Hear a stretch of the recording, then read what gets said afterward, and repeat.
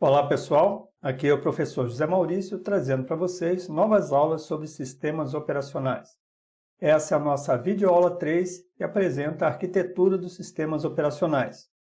Aproveito mais uma vez para lembrar a todos de verificarem o nosso conteúdo em nossa sala de aula virtual e complementa o que é aqui apresentado. Então vamos lá, vamos à nossa videoaula 4, arquitetura de sistemas operacionais.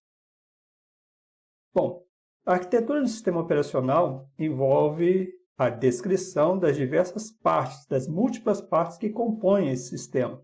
E essas partes podem ser organizadas de diversas formas, separando as suas funcionalidades e modularizando seu projeto. Nós temos sistemas operacionais monolíticos, nós temos estruturas de sistemas operacionais em camadas e também nós temos sistemas micronúcleo. Vamos ver cada um desses.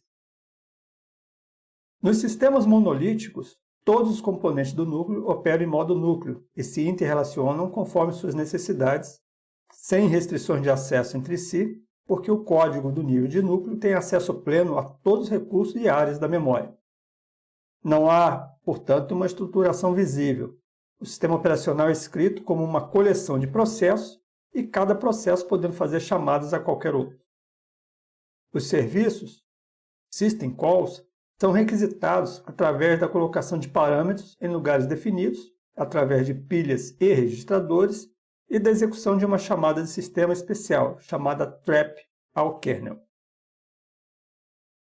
Então, sistemas monolíticos, eles possuem uma relação direta com as aplicações, apresentando uma interface de chamada do sistema.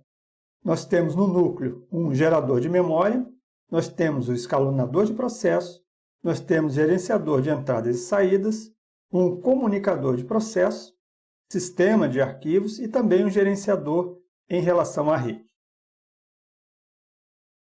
A organização mais comum dos sistemas monolíticos é aquela estrutura onde o sistema é um conjunto de rotinas que podem interagir livremente umas com as outras. Por ser comparada com uma aplicação formada por vários procedimentos que são compilados separadamente e depois linkados, forma um grande e único programa executável. Grande desempenho, porém, uma falha pode paralisar todo o núcleo e a manutenção e evolução é mais complexa. Nos sistemas em camadas, a camada mais baixa realiza interface com o hardware, enquanto as camadas intermediárias provêm níveis de abstração e gerência cada vez mais sofisticados. Já a camada superior, ela define a interface do núcleo para as aplicações, as chamadas do sistema, em relação aos usuários. Divide o sistema operacional em sistemas sobrepostos. Cada módulo oferece um conjunto de funções que pode ser usado por outros módulos. A vantagem dessa estruturação em camadas é isolar o sistema operacional, facilitando sua alteração e depuração, além de criar uma hierarquia de níveis de módulos, protegendo as camadas mais internas. Então, no sistema em camadas, nós temos desde a camada 0, com a alocação de processadores escalonamento de processos, mais ligados ao hardware, onde também temos na camada 1 gerenciador de memória, na camada 2 o interpretador de mensagens e na camada 3 gerenciador de entrada e saída, todos eles relacionados ao kernel. E a camada superior, a camada 4, a camada de aplicação usuário, voltada para o usuário do sistema. Nos sistemas em camadas, o empilhamento de várias camadas de software faz com que cada pedido de uma aplicação demore mais tempo para chegar até o dispositivo periférico ou o recurso a ser acessado, prejudicando assim o desempenho do próprio sistema. Não é óbvio dividir as funcionalidades de um núcleo de sistema operacional em camadas horizontais de abstração crescente, pois essas funcionalidades são interdependentes, embora tratem muitas vezes de recursos distintos. Então podemos ver num sistema multicamada, onde na camada 0 nós temos a multiprogramação, passando pela camada 1 a gerência de memória, a camada 2 a comunicação, a camada 3 a parte de entrada e saída, a camada 4, programa de usuários, e a camada 5, propriamente dita, é a própria camada do usuário, a camada do operador. No caso dos sistemas micronúcleo ou microkernel, e é uma tendência nos sistemas operacionais modernos, o núcleo do sistema operacional é menor e simples, o mais simples possível. Para implementar essa técnica, os serviços de sistema são disponibilizados através de processos, onde cada processo é responsável por oferecer um conjunto específico de funções, como gerência de arquivos, gerência de processos, gerência de memórias e o próprio escalonamento.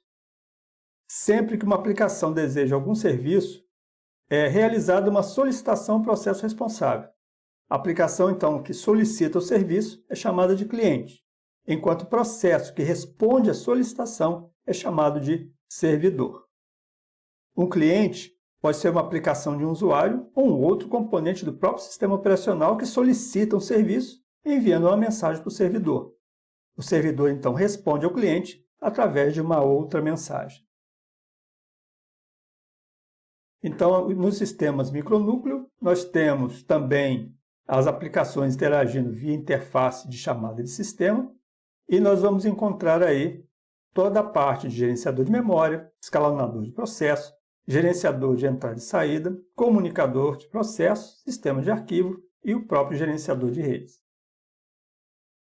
Nos sistemas micronúcleo, temos a retirada do código de alto nível do núcleo, normalmente associado à política de gerência de recursos, deixando no núcleo somente o código de baixo nível necessário para interagir com o hardware e criar as abstrações fundamentais, como a noção de atividade.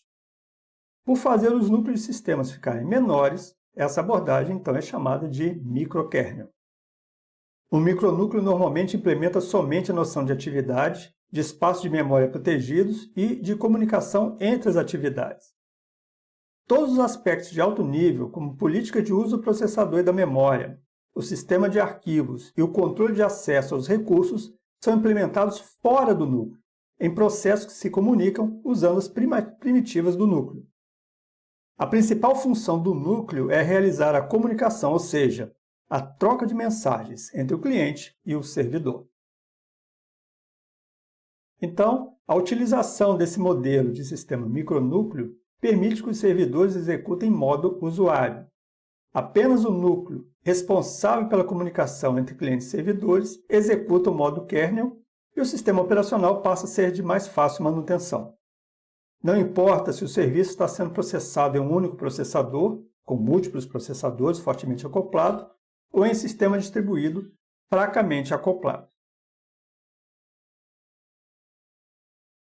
Em ambiente distribuído, ele permite que um cliente solicite um serviço e a resposta seja processada remotamente. Sua implementação é difícil e mais usualmente é implantado em combinação do modelo de camadas como o cliente-servidor. O núcleo do sistema passa a incorporar o escalonamento e a gerência de memória, além das funções de device drivers. Falamos também das arquiteturas de sistemas operacionais de rede, ou SOR. O sistema operacional de rede é um sistema fracamente acoplado, no qual não existe nenhum tipo de controle direto de uma máquina sobre outras e no qual a comunicação entre as outras máquinas é bem mais lenta considerando uma dada máquina. Os sistemas operacionais de rede eles podem ser considerados como uma extensão dos sistemas operacionais locais, complementando-os com um conjunto de funções básicas e de uso geral necessárias às operações das estações, de forma a tornar transparente o uso dos recursos compartilhados. O compartilhamento de recursos numa rede é o objetivo principal dos sistemas operacionais em rede. Então, nós temos, de maneira ilustrativa, três máquinas A, B e C, que utilizam sistemas operacionais locais, com dispositivos locais, com seus próprios kernels, trabalhando em rede. Cada máquina é independente da outra, porém, essa rede tende a ser um pouco mais lenta em relação à visualização de uma única máquina. Os sistemas operacionais de rede também podem ser diferenciados, podem ser relacionados ao modelo OSI, desde o modelo de 7 camadas, físico, enlace, rede, transporte, sessão, apresentação e aplicação, onde as aplicações dos usuários estão relacionados à camada de aplicação do modelo OSI, a camada 7.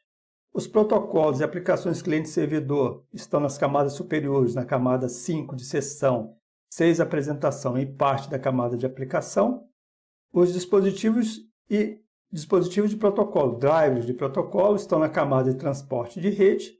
E fazendo essa interface entre a rede e enlace, nós temos a interface entre driver de placa e de protocolos e driver de placa e interface de rede, sendo que o sistema operacional de rede é encontrado basicamente desde a camada de rede até a camada de aplicação. Temos também a arquitetura de sistemas operacionais distribuídos, ou SOD. Um sistema operacional distribuído é uma coleção de computadores autônomos conectados por uma rede e equipados com um sistema de software distribuído.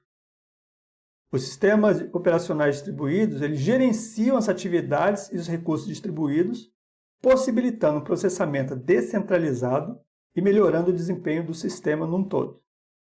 São baseados em um modelo cliente-servidor também.